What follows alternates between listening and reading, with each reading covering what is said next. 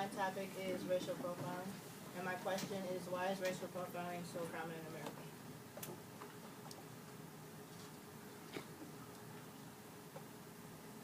Okay, so I don't know if all of you know, but I grew up representing two backgrounds. I'm mixed with Mexican and black, but representing two backgrounds isn't as easy as everyone thinks it may seem, because some people aren't used to having a family member of a certain race, because my Hispanic family wasn't used to having an African American person in their family, so they had to get used to it. Eventually they got used to it. Growing up I was treated kind of different and they would look at me a lot. But one day when I experienced racial profiling was on the CTA. I take the blue line from the west side, I take downtown to get to school. And I sat next to this white man, and he looked at me and like moved, and I thought it was just because it was early in the morning and he didn't want nobody touching him, because I know I don't want people touching me. But I took my phone out of my pocket and he like jumped, and I'm just like, I don't want anything you have. You're twice my size. What am I gonna do to you? And I'm just like, what is going on? But that's not the only time it happened. It happened before and after that with other people. They're usually white people.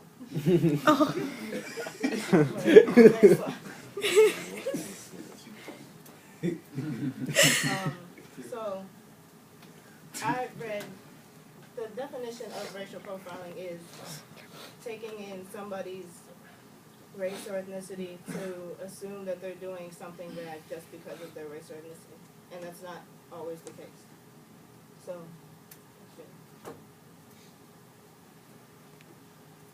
shopping at a convenience store back in February, Polo noticed a pattern developing. No matter where he went in the store, a suspicious attendant always seemed to follow. As she busied herself with random tasks, she cast vilifying stares at Polo, who eventually had enough. He whipped out his cell phone and began recording. She think I'm stealing, look. If you're saying to yourself right now that racial shopping discrimination doesn't exist, chances are you're a white person. Barney's, New York, to give just one example, has repeatedly been accused of mistreating black customers. In the case of 19-year-old Trayon Christian, undercover police officers arrested him when he walked out of Barney's with a $350 belt, despite having shown them proof of purchase. Heck, even Oprah can't avoid racial profiling. Last year, a Swiss clerk refused to show the media mogul a handbag, saying it would cost too much. Polo's second shopping while... Here's another video of somebody that's not black but still got racial profiling. Well, this video first shows two young men in jeans and t-shirts arguing in English. A policeman is standing close by, but he apparently pays little interest to the row. But just 20 minutes later, similar situation gets a quite different reaction from the officer. I don't like it. You don't leave. No, it's nothing. Me. What's all the arguing about? Why are you dressed like this? What is this? Now, the very same people are walking down the street in traditional Muslim clothes. They again pretend to argue, but this time the officer is quick to step in.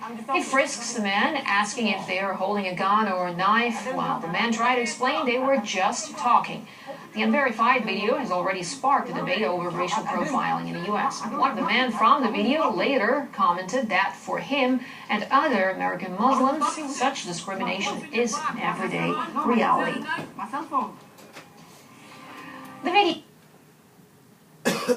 So those videos show two people getting racially profiled because Black Vine video has garnered for...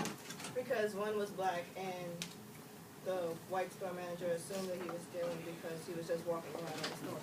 And the other one, Muslims are often racially profiled because they're Muslim in America, and the stereotypes that we get from the media, people treat them wrong. Okay, so I read an article about Trayvon Martin. It's a popular article. I'm pretty sure everybody knows about what happened to Trayvon Martin. George Zimmerman shot him because he looked suspicious in a neighborhood, And he called the police, and the police told him not to do anything. But he did anyway, because he thought it was the right thing to do, because he looked suspicious, even though he was just walking. But he wasn't charged with anything, and he should have been. I read another article about how George Bush said that when he first got elected for president, he said that he was going to end racial profiling, and he made up a bill that he said he was going to do. He didn't actually do it, as we can see, like 12 years later. He was going to do it, but it was like after 9/11 happened that nobody really paid much attention to what he was doing anymore. But on the other hand, Obama started trying to fix what Bush said he was going to do, and it has actually been working. And another article I read was about police officers in California. They made a law that they have to write down the age, gender, perceived race of every person they stop. Like, if they pull somebody over, they have to write it down. But they weren't really happy about that because they said that it's wasting their time, and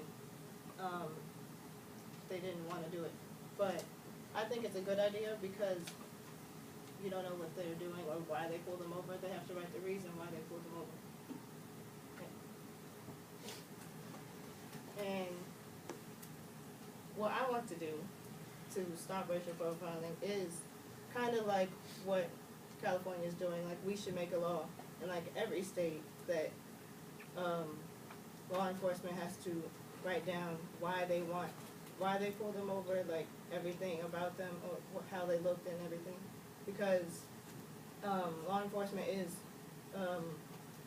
they do a lot of racial profiling, but they think it's just like criminal profiling, but it's pretty much racial profiling. And another way that we could prevent and stop racial profiling is like more organizations like the Black Lives Matter organization that draws attention to more acts of racial profiling.